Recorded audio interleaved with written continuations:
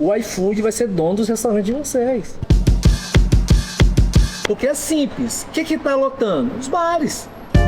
A minha vontade era, sinceramente, com a atual situação do Brasil, era parar de viver de renda que a gente já tem. Ela vai no achismo, ela vai lá no comércio da pessoa, olha, mas não se aprofunda. Cara, canal Intra, a gente tá hoje no Geleia Burger. Hoje a gente vai conversar com o fundador, mais de 10 lojas consolidadas. E por que alguém com um modelo de negócio consolidado começa a investir em outro modelo de negócio? A gente vai conversar sobre isso e muitos outros assuntos nessa pegada Intra, sempre por dentro dos negócios, dentro das operações, entendendo como as coisas funcionam. Bora começar. Essa coisa da onda, ela tem desde os 13 anos. Eu conto esse podcast, eu tinha 12 para 13 anos, uns 40 anos atrás, teve uma novela na Globo chamada Bambolê. E na época eu vendia jornal, engraxava, vigiava carro. E aí eu fui pra feira fazer festa no domingo, tinha um cara lá vendendo bambolê, com fila para comprar bambolê do cara. E aí eu e um colega compramos um bambolê, vamos ver como é que faz essa porra. Aí, qual o preço de hoje? A gente ficava vendendo a R$10. Cara, era R$1 fazer um bambolê, se fosse assim. Dinheiro, assim, era 10 vezes mais. E aí eu e esse colega, a gente comprou as mangueiras na loja de material de construção, fizemos igualzinho o cara fazia, no outro domingo nós tava lá vendendo um bambolê. 3 domingos, top, arrebentando o que a gente fazia, vendia. No quarto domingo, mas ficou muito claro que onda passa. No quarto domingo tinha 50 vendedores de bambolê. Caraca, velho. É igual nós temos a seleção, é tudo sazonal e onda passa. Ali eu aprendi que onda passa. Fiz festa, peguei um auge do movimento country, tava começando. E aí, cara, fiquei 6 anos fazendo festa, sucesso absoluto, mas daqui a pouco o country começou a cair. Mas eu peguei o auge quando começou Rio Negro Solimões, Bruno Marrone. Caramba. Eu fiz um show com o Bruno Marrone num palco que media 50 centímetros do chão, pô. Na outra semana, sei lá, se fosse hoje era caixa de, sei lá, R$5 mil. Cara, na outra semana estourou a música do cara e dormi na praça.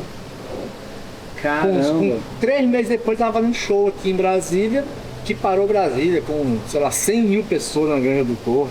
Você lembra desse show? Não. Aí teve um show do Bruno Marrone que Brasília parou. Você chegou no Parque Shopping, você não ia mais, quem vem de Sobradinho não... Parou, simplesmente parou. 100 mil pessoas no show do Bruno Marrone e Rio Negro Solimões na Granja do Torre. E eu achando que a gente ia vir trocar ideia. E aí eu falei assim, a gente já fez podcast junto, fez outras coisas. Eu falei assim, não, eu vou ouvir o Geleia falar essa história. Eu não sabia desse pedaço. Cara, e aí, então essa coisa é muito clara dentro de mim, das ondas, e que dá pra você aproveitar a onda, enquanto os pessimistas faz o quê? Essa onda vai passar. O que ela vai passar? Mas quando passa você dá uma surfada. Surfa nela. Pois é, eu, por exemplo, passei janeiro, fevereiro pensando, cara, eu vou vender camisa da seleção na Copa. Pensei, não fiz, cara. Eu tenho amigo que vendeu 50 mil camisas, tem amigo que vendeu 20 mil camisas. Cara, se tivesse vendido, cara, tem um cara lá no Gama que lá na lojinha ele vendeu 1000 camisas da seleção. Um lucro médio de R$150 em cada camisa. Olha. Pagava 50 e vendia por 200, pô. Doideira, velho? Doideira. Então assim, passa. Tem um risco de sobrar? Tem. Não, mas assim, tá tudo abrigado pela não operação. Fiz. Então já teve umas ondas que eu pensei, mas não fiz. Mas eu costumo falar para as pessoas, cara, deu a ideia. Não deixa, eu penso que os pessimistas vai sempre dizer, essa onda vai passar. Entendeu? Como da hamburgueria passou, como dos food trucks passaram. E dá uma recapitulada, porque aí essa parte eu conheço, mas sempre vale a pena. A jornada na alimentação, como é que foi? Tipo, do cachorro quente para no Gama, para essa transição? Sobrevivência, né? Sobrevivência. Eu comecei o cachorro quente porque eu larguei as festas. Eu me converti, virei cristão. Então não ia fazer mais festa, eu precisava fazer alguma coisa. E dinheiro quase zero. E aí eu queria ir embora para a Inglaterra. Eu ia morar lá, tinha um conhecido que ajeitava lá 2 empregos para mim. Eu que pedi ajuda para minha irmã para ela me ajudar a ir para a Inglaterra. Não tinha nem para tirar o passaporte, não menos para passagem e tal. e falei para ela que ia trabalhar 18 horas por dia. Uma das grandes lições da minha vida, e eu levo, trato com meus filhos, que não é o lugar, é o trabalho. E a minha irmã, eu tinha ali 29 anos, e eu fudido, quebrado, lascado, devendo, tive umas festas que não deram certo, alguns shows foi fiasco. E ela falou, você vai trabalhar 18 horas lá? Eu falei, precisa trabalhar umas 10 horas num semáforo vendendo água e pipoca. Dá a mesma coisa. Eu não vou te ajudar nessa. Nessa eu não vou te ajudar. Agora, se você quiser montar qualquer coisa, eu te ajudo. E a coisa mais barata para montar era um cachorro-quente. Caramba. Aí, ouvindo, conversando, dizem que quem fala demais dos seus sonhos, dos seus projetos, não é legal. Eu sou totalmente contra. Porque é falando que a gente pega a ideia. Cheguei pro cara que tinha na época a melhor lanchonete do Gama e falei da minha ideia de abrir um carrinho de cachorro-quente. Ele falou assim, Geleia, não faz isso. Cara, não faz. É uma canseira, puxar o carrinho, ter um carro, puxar, montar, desmontar. Você só pode vender cachorro-quente. Montar uma lojinha. Você vai vender suco, você vai vender um creme, você vai vender um crepe, você vai vender uma batata frita. E eu falei, e o aluguel? Eu falei assim, cara, isso tudo se paga e você vai trabalhar mesmo. Eu ouvi o conselho de montar um carrinho, montei uma lojinha de cachorro-quente. E aí começou a minha trajetória em 2004. Então foi um conselho da minha irmã e depois um conselho de quem estava no segmento. Qual o problema das pessoas hoje que querem abrir um negócio? Dificilmente ela pergunta para quem está no segmento. Ela vai no achismo, ela vai lá no comércio da pessoa, olha, mas não se aprofunda. Eu não, eu fui perguntar. Aí o que eu fiz? Quando eu fui abrir a lanchonete, eu falei, cara, você precisa me ajudar. Deixei para dentro da sua lanchonete para me aprender para essas coisas. Eu falei assim, cara, ok. Ainda me indicou um chapeiro dele na época. Falei, cara, esse cara é problemático, mas ele é muito bom. Ele não serve mais para mim, mas ele vai ser uma mão na roda. Esse cara foi incrível. Ele não me deu problema nenhum. Eu tava sem carro na época, ele tinha um Chevette velho. A gente dividia o Chevette. Olha que doideira. Eu ia fazer compra no carro, deixava o carro depois na casa dele, depois ele ia trabalhar. Quando a gente fechava a loja, eu deixava ele na casa dele, que de manhã cedinho ia fazer compra. O Chevette do cara. Depois eu até comprei dele. Caramba. E aí a gente começou com o dog do Geleia, que já tinha, não era só cachorro quente, tinha hambúrguer, tinha crepe, tinha batata frita. Então, o dog do Geleia é sensação no Gama até hoje. Até hoje. Né? Mas o mesmo ponto? Não, mudou. Assim, aí pá, errei no ponto, eu não tenho experiência.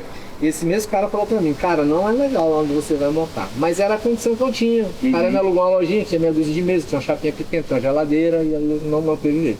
Mas logo depois eu descobri que o ponto é o fundamental no negócio da serra.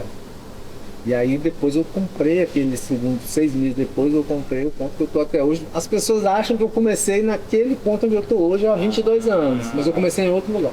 Tá, entendi. Então essa. E aí a jornada foi, então, do Gama, porque com o tempo você foi sensação lá no Gama, né? Essa referência até hoje.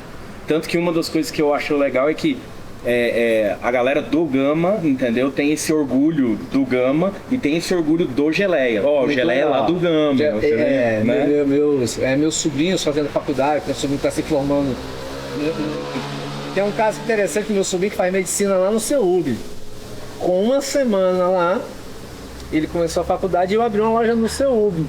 E aí os caras na sala conversando. E os meninos falaram, bora comer lá no Geleia hoje? Aí o cara falou assim, tem que ver, porque eu acho que é meio caro. Porque o Geleia é um chefe que viajou o mundo inteiro e montou essa hamburgueria, então por isso que lá é caro. Aí meu sobrinho ouvindo falou assim, como é que é? Eu, não, cara, esse é meu tio não é chefe. Mas ele já viajou o mundo inteiro. Meu tio, não, viajou depois, pô. Ele depois. Ele não é chefe, ele não sabe nem cozinhar. E ele foi lá no Gama. E ele mora no Gama, conversa, o cara mora no Lago Sul, e ele falou assim, não, ele mora no Gama. Que legal. Então tem muita história, pegando esse gancho de você, que assim, é do Gama, é muito legal, E do Gama, cara, para o restante de Brasília, como é que foi essa jornada? Então, muito louco, né? Quem não ouve conselho, ouve coitado. Eu comecei a estudar muito cedo ali no Sebrae, participando de vários cursos que tinha lá. E aí eu fiz Empretec no Sebrae. Eu tinha uma loja. E eu queria expandir a minha segunda loja, eu queria que fosse aqui no Plano Piloto. E aí o consultor foi na minha loja, lá no Gama, lojinha simples. E aí ele falou comigo, falou, com todo o carinho do mundo, não me leve a mal. Se você montar isso aqui no plano piloto, você vai passar vergonha. O nível lá é outro. No plano piloto existe uma bolha da gastronomia, onde, cara, ninguém entra, os caras mais antigos, os filhos dos caras, os caras fazem sociedade, fazem parceria. Eu me ofendi profundamente. Mas pegando aquela história que meu pai dizia que quem não ouve conselho ouve coitado, eu falei, o que eu faço então? O cara se organiza financeiramente, se quer crescer, cresce como Caracol, Gama, Santa Maria, Samambaia.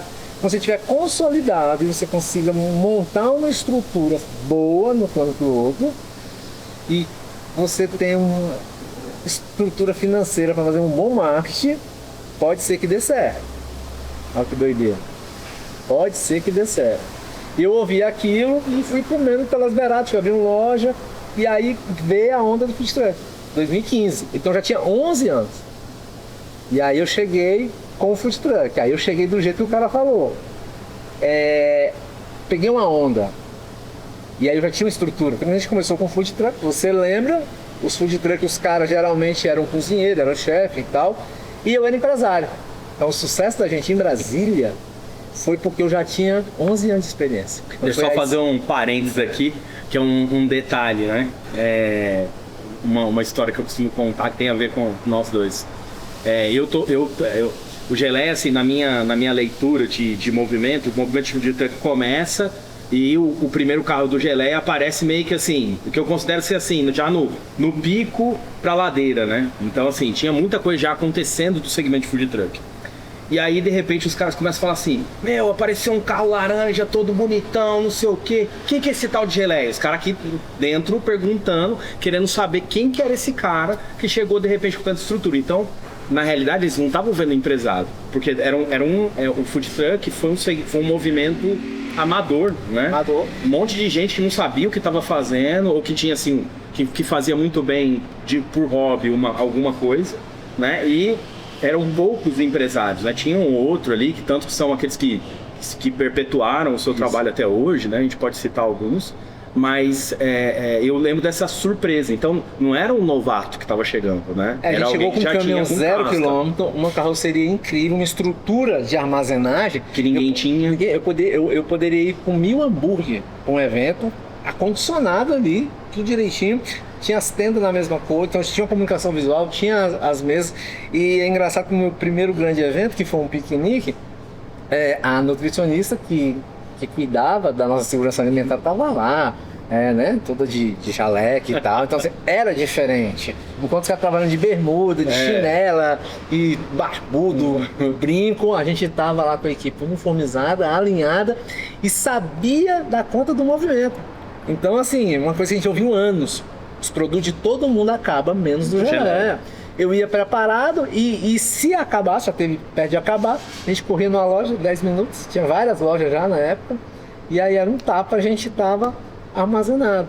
Então, por exemplo, tinha uma Fiorino refrigerada. Eu fui para um evento, a gente foi para um Moto Capital uma vez, que a gente montou uma estrutura e deixamos uma Fiorino lá refrigerada, lotada de produto. A gente foi o primeiro a abrir. Eu lembro que numa das noites lá no Moto Capital nós vendemos 1.500 hambúrgueres sem a gente ter que sair para pegar um guardanapo.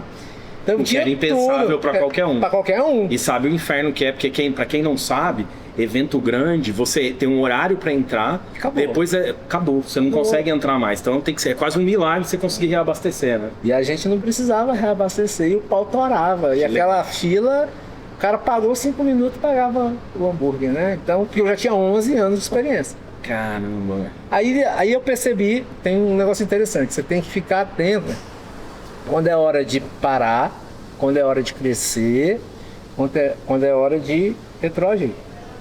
Eu tinha um food truck e rapidamente eu não conseguia mais atender todos os eventos. Eu tinha 3 eventos num dia, 4. E aí um mês e pouco que eu tinha um food truck, eu falei, vou encomendar outra. Vou entrar na outra dealer de 250 mil que eu gastei na época. E antes de chegar o segundo, eu já encomendei o terceiro. Quando chegou o segundo food truck, eu encomendei o quarto. Então em 2 anos eu tinha 4 food trucks. E uma venda constante, tinha uma venda assim constante. Porém, eu inaugurei o 4 food truck. Foi nesse evento do Moto Capital, em julho.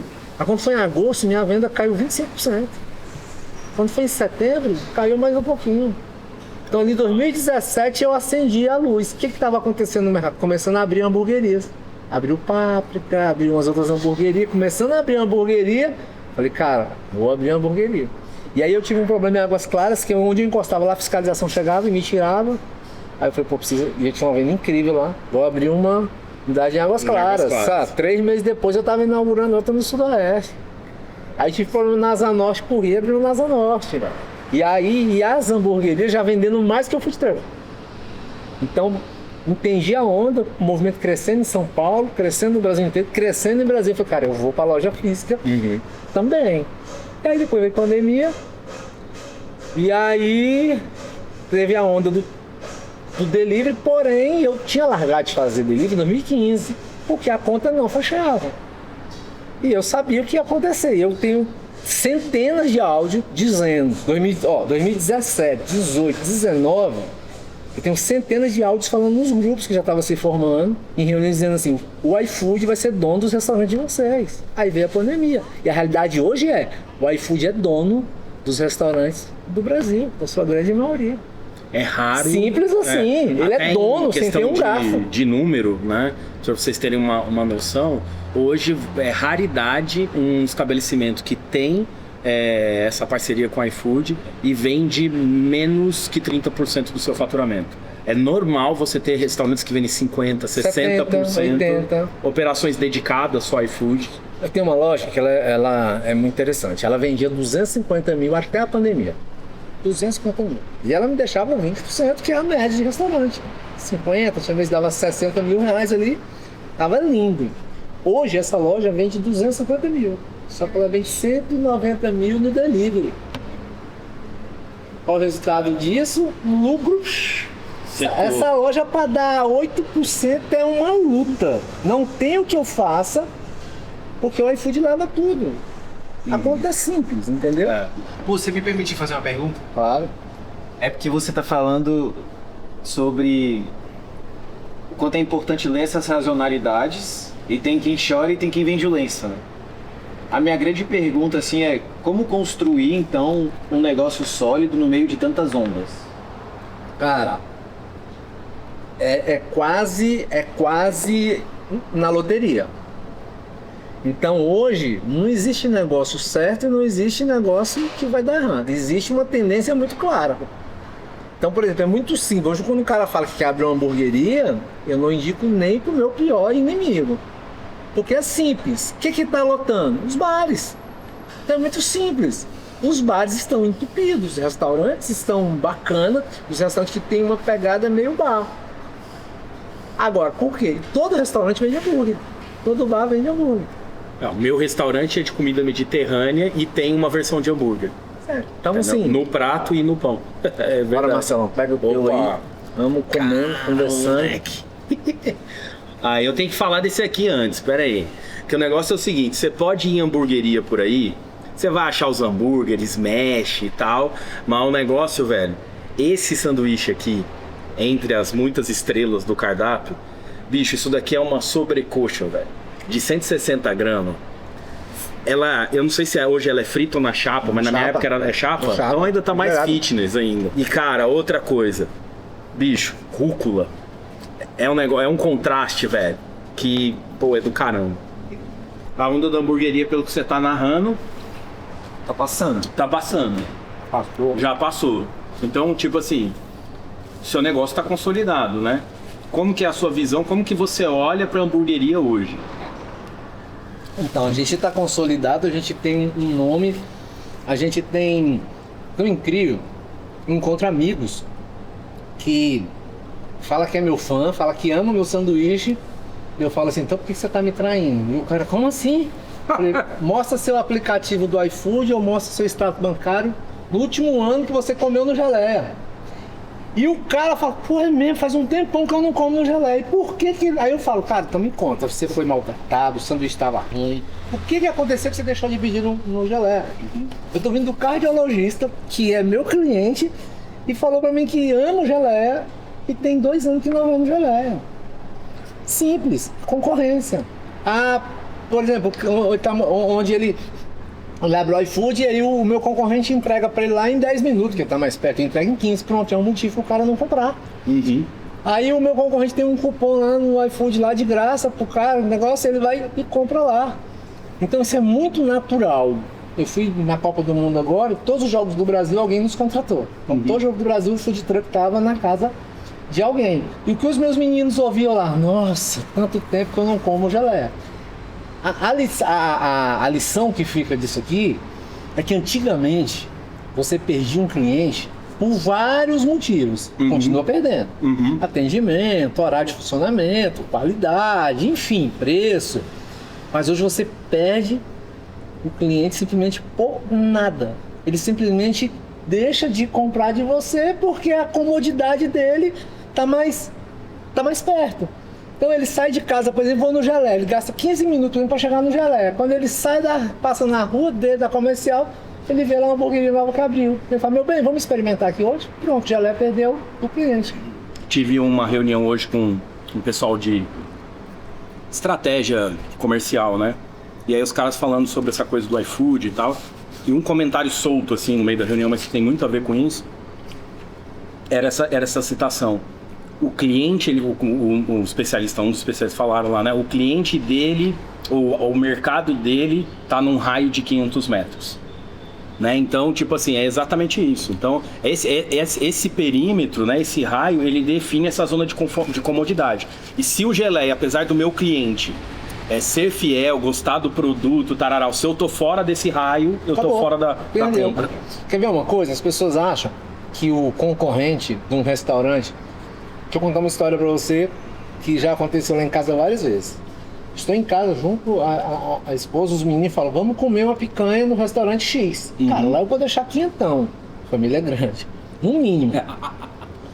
Cara, a gente sai de casa, tá indo, o cara vendendo churrasquinho no meio da rua, aquela fumaça entra dentro do carro. Bora comer um espetinho aqui? Gastei 100, 120.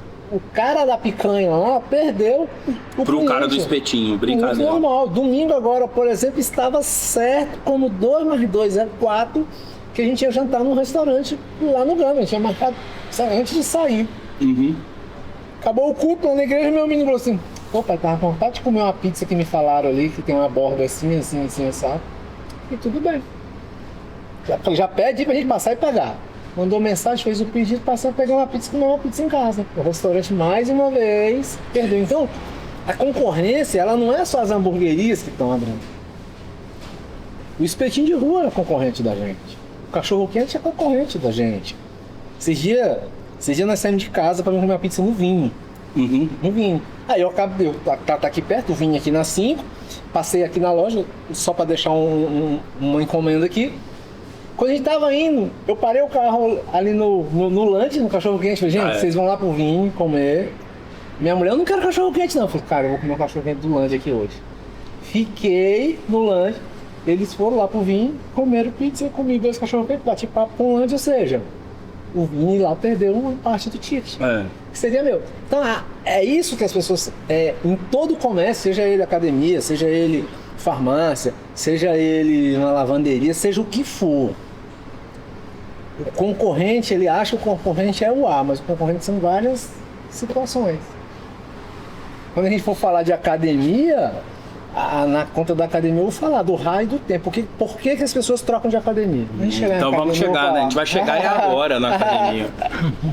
Então, na realidade, que assim, a gente estava falando desse movimento de onda, a gente falou um pouco desses desafios de consolidação, mas um papo que a gente teve algum tempo atrás, você estava falando dessa cara, você falando há um tempo atrás e agora todo mundo falando do wellness.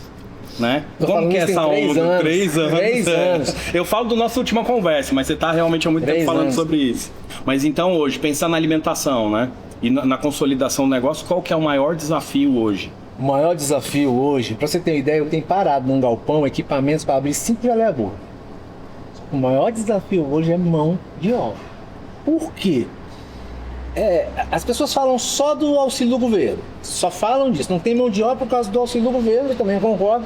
Mas o problema é que existem outras formas dos nossos funcionários ganhar dinheiro.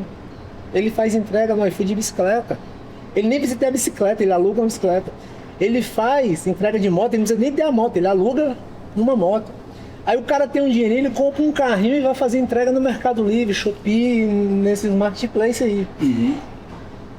Ele tem um dinheirinho a mais, ele vai rodar no Uber. E se ele não tem dinheiro também, ele aluga um carro e vai rodar.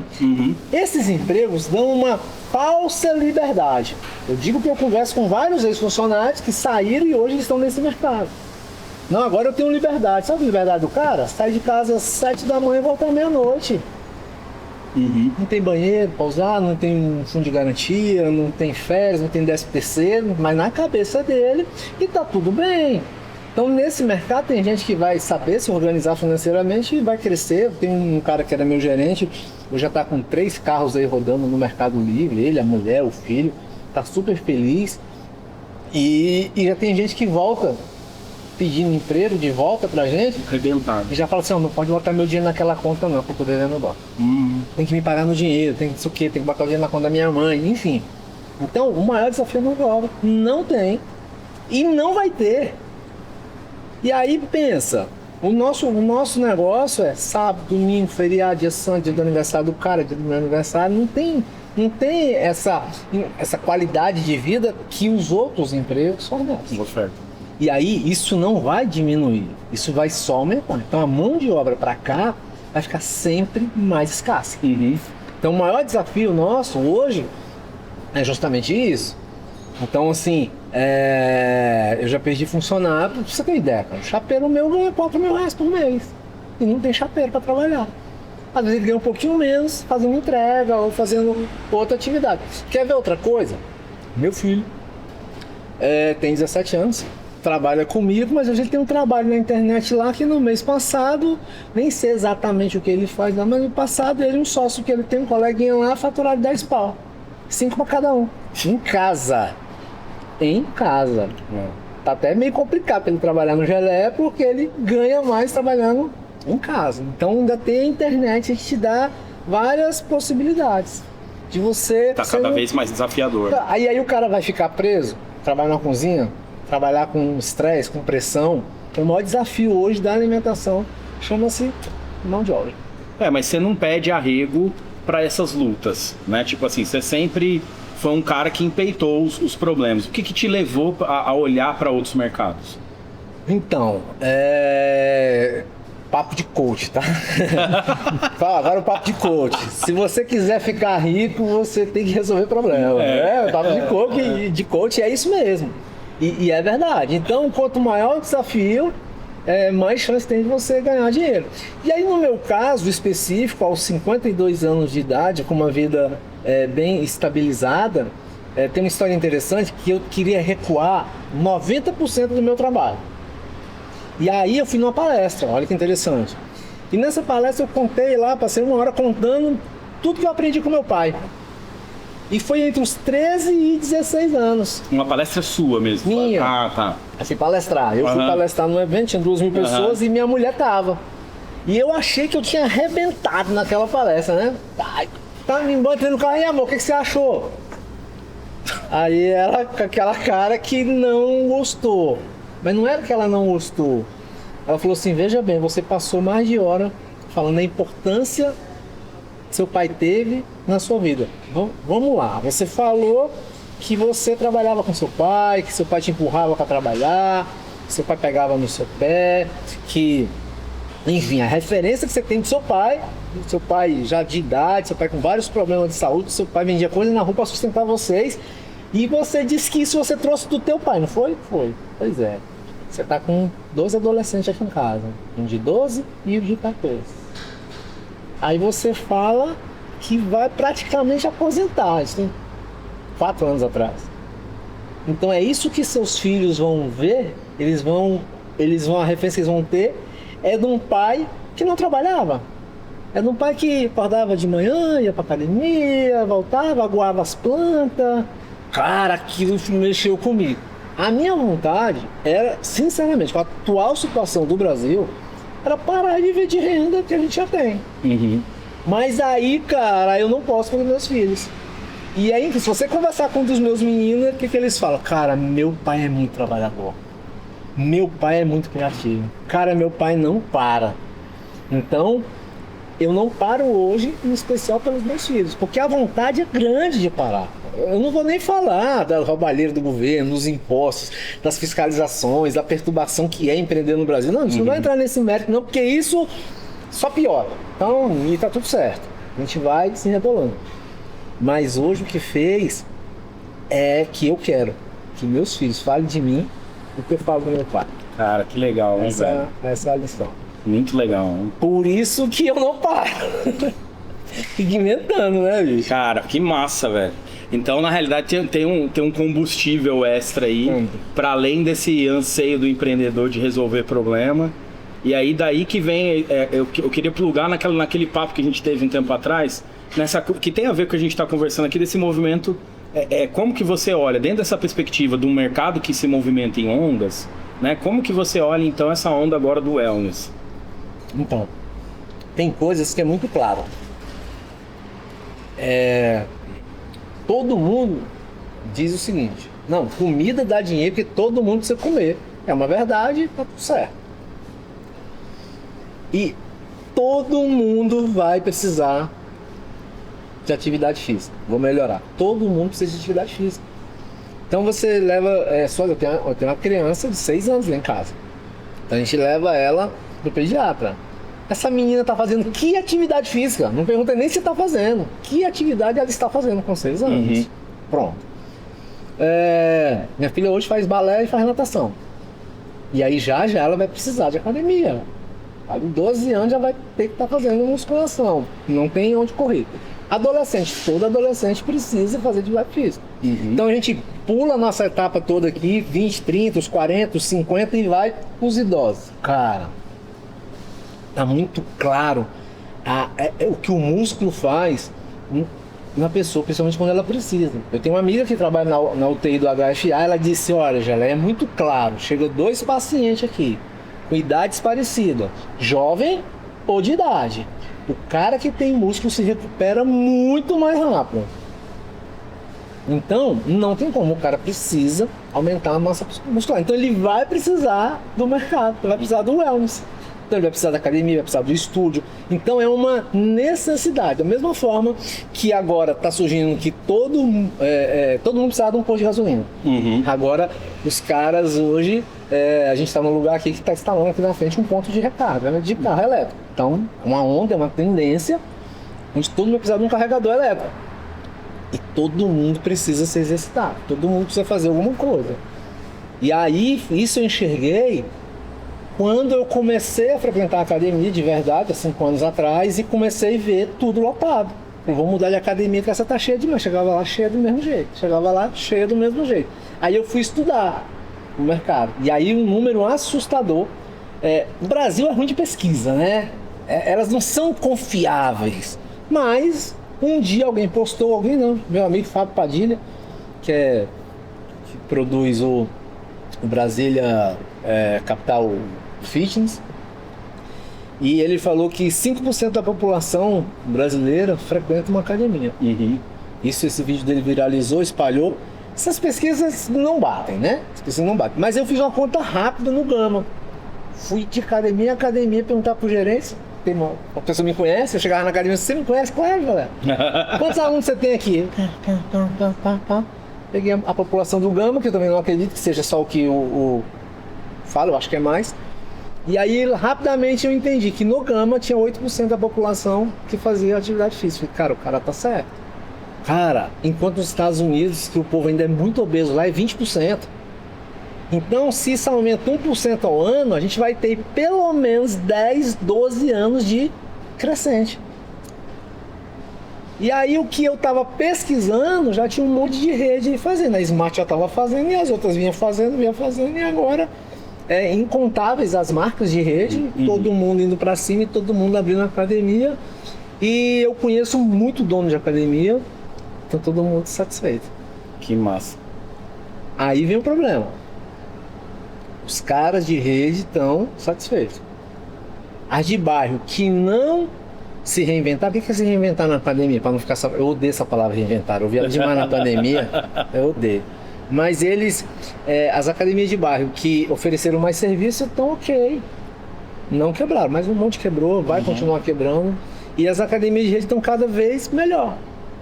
Aprimorando. Aprimorar de redes, low cost. Aí a gente tem ali o ticket de 120, 160 reais. Aí a gente tem uma linha ali de academias ali em torno de 400 a 500 reais. Tem de 500 a 800. E aí tem aí as de 5 mil reais por mês. E não tem vaga. É. Isso é Brasil inteiro, tá? Essa coisa aí é Brasil inteiro com essas academias mais caras e cheia. Ou seja, da mesma forma, você pode comer um espetinho de picanha ali por 25 reais no churrasquinho e você pode comer um bife de picanha por 300 reais em um restaurante bacana, mesma quantidade de carne e tal, enfim, atendendo um público diferente. Agora, mercado, e é legal que esse mercado ele não é só academia, né? Então ele vem com uma série de serviços, de estúdio e vem também de produtos, né? Uhum. Então eu já tô vendo gente ganhando muito dinheiro fazendo garrafinha pra academia, outra fazendo toalha bordada. E por aí vai. Cara, vi um vídeo essa semana de um cara lá que vende aproximadamente 300 dúzias de ovos por semana na academia dele. Tá viralizando aí. Caramba. Cara, o produto que quem treina, o produto que a pessoa mais come é ovo. É. Aí o cara botou ovo pra vender na academia. Academia de barra e tal, enfim. Mas. Eu vou pedir pra minha rede deixar eu vender ovo lá. Você Vai. imaginou, velho? 2.000 alunos. Se eu vender lá umas 200 dúzias de ovos por semana, ganhando aí uns 5 pontos em cada uma. Pensou? É isso. Tá vendo aí? Que louco. Muito louco. Mas aí nesse movimento, então, você se posicionou e como é que tá? Você abriu a academia, o Geleia é ou não é dono de academia? Vamos lá. Sou dono de academia, estudei o mercado, queria montar uma academia minha própria. Aí volta lá na questão do conselho. Aham. Eu procurei quem? O Fábio Padilha. Fábio, eu quero uma consultoria sua, eu quero abrir uma academia minha com a minha marca, eu tenho um galpão, eu tenho um lote. E ele falou, não te dou essa consultoria. Meia hora de conversa, ele mostrou cenários pra mim que eu ainda não tinha enxergado. Eu tava enxergando o mercado, conversei muito com as franquias, com as marcas de franquia, e na minha cabeça era melhor ter uma marca própria. Uhum. E ele me mostrou os desafios de uma marca própria. E aí me mostrou vários cases de cara gastar uma fortuna, não dá certo, eu fechar, eu tenho que mudar a bandeira. E aí eu fiquei convencido que eu tinha que montar uma academia de rede. Aí eu já tinha conversado com algumas, voltei a conversar de novo, agora com mais interesse de me aprofundar, principalmente nos números. E aí, cara, eu descobri, os caras mentem muito. Eu achando que ele ia revelar o fundo do gato agora, quebrar um segredo, mas... Os caras mentem muito. Os caras mentem muito. Eu conversei com uma marca que disse o seguinte, olha, você gasta 500 mil para montar uma academia, Uhum. e você inaugura essa academia, uma academia de 1.400 metros. E aí me mandou a DRE e tal, e o que eu ia gastar com os 500 mil. Aí eu vi instalação hidráulica, elétrica, isso aqui é fachada, letra, e tá uns preços baixinhos. Eu falei, cara, achamos que você fazer mais obra não, porque fazer uma obra desse tamanho só com isso. E aí depois me mandou a DRE, com a previsão de aluno e tal, e as despesas. Aí tinha despesa, aí tinha uma 55 mil, tinha um nome, não era prestação de equipamento. Eu perguntei, o que é isso aqui? Não, isso é a prestação dos equipamentos. Os caras vendendo academia, vendendo os equipamentos financiados, ruins, de marca ruim, para você pagar 100 parcela de 55 mil. Não, o negócio se paga. E preso no contrato. Não. E aí você se ilude que você vai gastar isso, e uma prestação de equipamento de 55 mil em certas academias é pesada. Então eles mentem que você gasta só 500 mil, você não gasta. E aí que você gasta 500, 600 mil, tem umas 90% do mercado, 80% do mercado das academias contam isso nas feiras de franquia, quando vai te vender uma franquia. E aí te empurram esses equipamentos que não são tão bons, equipamentos esses que à vista você pagaria 1,5 milhão. Olha que loucura. Eu não estou falando de um equipamento que vale 4 milhões, você pagar 1,5 milhão de juros, não. Equipamento que vale 1,5 milhão, você paga 4 mil de juros. 100 meses. Você sabe o que é 100 meses? São 8 anos. Loucura. 8 anos, sendo que muitos equipamentos com 3 anos, 2 anos e meio, tá só um bagaço. Você já vai ter que Vai trocar ter que trocar e você vai ter uma prestação. Então eu descobri que os caras mentem muito. E aí, pensando, e aí eu encontrei a Corpo Saúde. E aí eu já entendia muito bem. Eu podia trazer uma marca de fora, trago uma marca que ainda não tem em Brasília. Ah, você é o primeiro. Cara, ninguém conhece. Uhum. Aí o Smart Fit eu já não entrar, não tem como entrar, na Blue Fit não estão vendendo franquia. E aí eu fui conversando, aí achei a Corpo Saúde.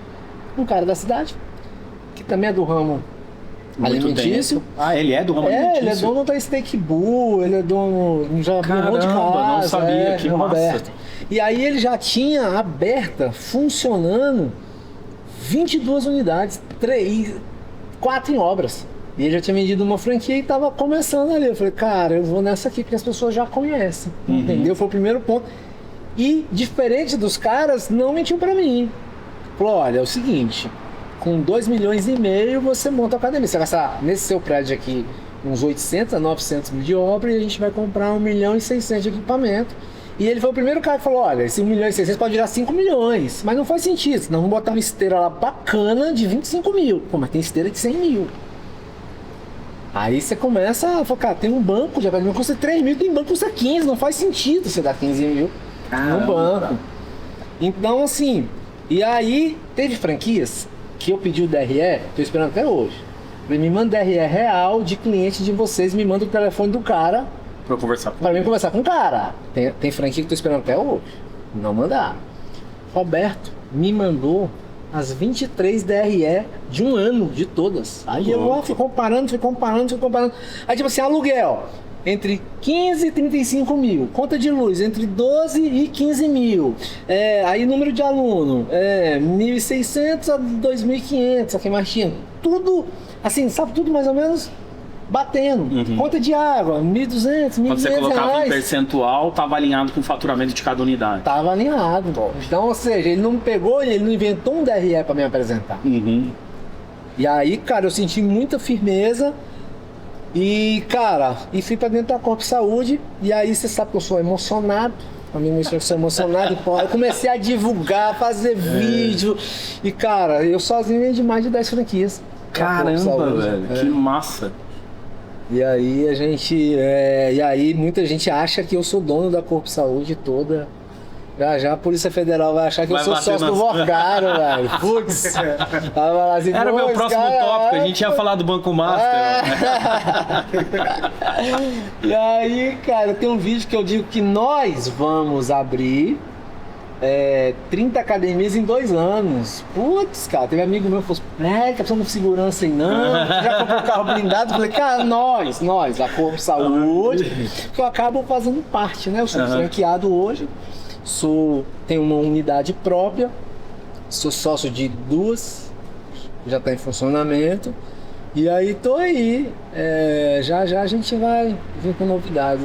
E aí, assim, pra gente fechar, tipo, essa coisa só pra ter uma noção pro cara que tá olhando essa coisa, talvez um futuro franqueado do Corpo Saúde, tipo, do D0, em quanto tempo pra abrir a porta de uma academia do Corpo Saúde? Cara, assim, bom, primeira coisa que tem que escolher a marca, né? Seja Corpo Saúde, seja Gaviões, seja Skyfit, seja Pano Bianco, seja qualquer uma.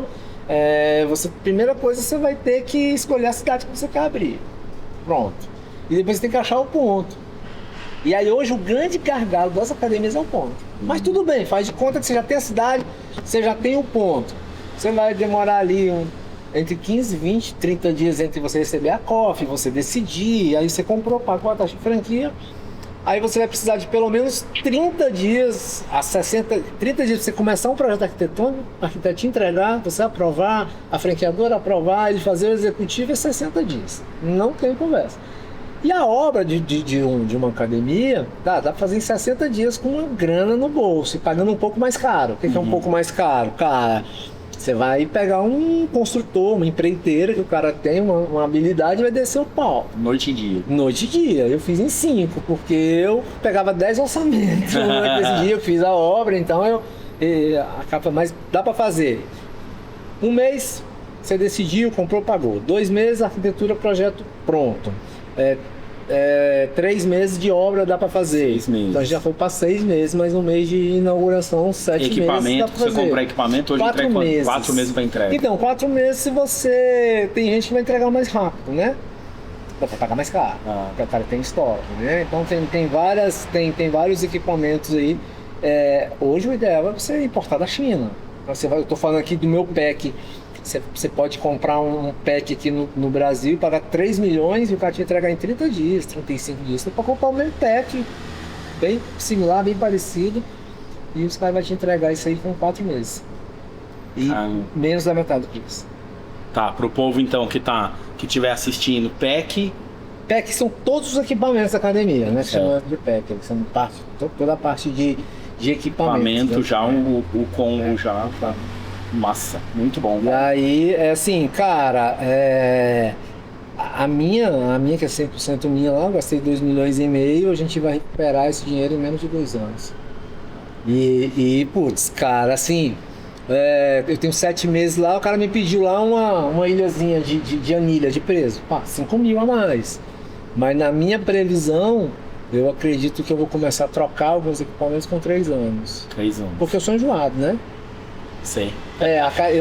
Eu treino na Smart Fit, eu treino na Ordin, e eu treino na Corpo Saúde, eu treino na Ultra.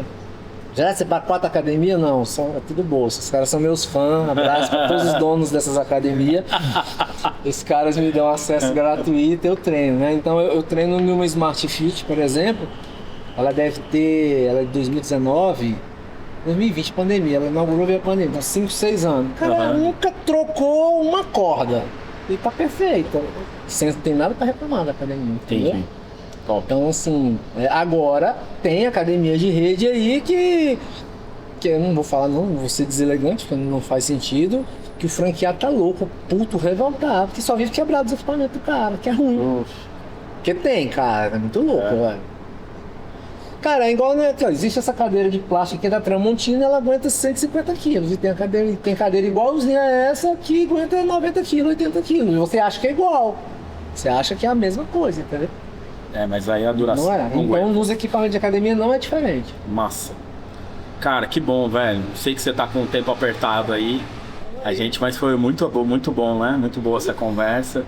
E aí a gente segue trocando figurinha, velho. Cara, tamo aí. O Geleia, ele... Como diz a minha esposa, ela é a nossa galinha dos ovos de ouro, né? A gente continua cuidando, a gente continua... não dá pra você, tudo que você vê, estão fazendo em São Paulo, vou fazer também, esquece. Estão botando isso, estão botando aquilo, estão fazendo aquilo outro. Eu peguei umas ondinhas que deu certo. Então assim, eu vi um cara um dia no Rio de Janeiro, o cara fazendo rodízio de mini hambúrguer. Putz, eu não pensei 2 vezes, eu tenho contato com o cara, quando eu entrei no Instagram do cara, o cara já me seguia. Ah, velho, posso te ligar? Claro, meu irmão, como é que é esse negócio aí? Não, bicho, aqui eu vendo 240 rodízios por dia, quanto é? R$60 por pessoa. Falei, moço, quanto é o custo? Falei, não, mas que tá deixando quase 30%. Não. E eu querendo correr do delivery, cara, meti... Meu irmão, pensei 2 vezes, meti um rodízio de mini hambúrguer na Santa Maria, no primeiro dia, foi 7 de setembro. Lá eu só tinha 70 lugares, nós vendemos 210 rodízios naquele dia. Que isso, velho? Loucura, velho. Meu irmão, eu sou louco, né? Só um pouco. Em 4 meses eu tinha um rodízio de mini hambúrguer na Santa Maria, no Sudoeste, em Águas Claras e no Gama. Meu faturamento foi lá em cima. No Sudoeste eu lembro, fila. Né, Já fui, já também. Desligava o iFood, não queria nem saber, moço. Vendendo pra cacete. Lojinha que vendia 200 mil, passou a vender 450 mil, meu irmão. Caraca, mano. E aí, só que daqui a pouco começou a cair. Aí foi caindo, não olhei pros números, tirei de uma, tirei de outra e deixei. Por que caiu? Por causa da concorrência. Várias pessoas passaram a fazer e eu que cobrava 60 pau, só daqui a pouco eu tava cobrando R$29. Nossa, aí arrebenta. Aí arrebenta, entendeu? Mas era incrível, meu irmão. Era um negócio assim, muito louco, Fenômeno. entendeu? Fenômeno. Então o Geleia pode ser que daqui a pouco eu veja alguma coisa, mas tá difícil. Eu passei, ano passado, 15 dias nos Estados Unidos. Eu fiquei 8 dias entre Orlando e Miami, visitei várias hamburguerias. Passei 7 dias em Nova York com os caras do Burger Tour, 100 donos de hamburgueria. Na verdade eram 100 pessoas, mas tinha... Acho que 60% era dono de hamburgueria. Uhum. As visitas eram em hamburgueria. E nós fomos lá em 13 hamburguerias em 7 dias. E assim, eu não consegui trazer nada que acrescentasse no meu negócio. Mas eu continuo buscando, continuo procurando. A internet hoje facilita muito, né? Você vai vendo que daqui a pouco aparece alguma coisa que a gente ou copia mesmo na cara dura ou a gente inventa. Nunca foi problema pra gente, né? Nunca foi problema. Porque tem gente que tem essa... Não, é porque eu sou o autor. Aí o cara vai... Não, que autor nada, entendeu? Então a gente olha e vai se adaptando. Cara, mas bom demais esse papo aí, viu, bicho? Obrigado pelo tempo. Algumas histórias que eu já tinha conhecia já. E outras que eu não fazia ideia. As pessoas Você tá vendo aqui, eu tô comendo maionese, eu tô comendo batata frita, eu tô comendo hambúrguer de verdade. E eu tô num processo de emagrecimento há 17 anos. Mas nos últimos 5 anos, pós-pandemia, que eu engordei um monte, eu treino, faço atividade física todos os dias. E aí eu fui no radical, eu fiz bariátrica. E depois mesmo tomei um monte de remédio para emagrecer e nada. E aí eu entendi que eu precisava fazer atividade física e não deixar de comer as coisas que eu mais gosto. E a coisa que eu mais gosto é hambúrguer, é cachorro quente, é pastel, é pizza. Aí as pessoas me perguntam, né? Eu emagreci um pouquinho, falam assim: você ainda come hambúrguer? Então tá aí a prova. Como e como pelo menos 3 vezes por semana. Para os outros dias vem pizza. Posso mostrar a foto aqui pra você. Ontem eu comi pizza, pô. Ontem eu falei pra você, ontem a gente jantou pizza. Ah, não, bom demais.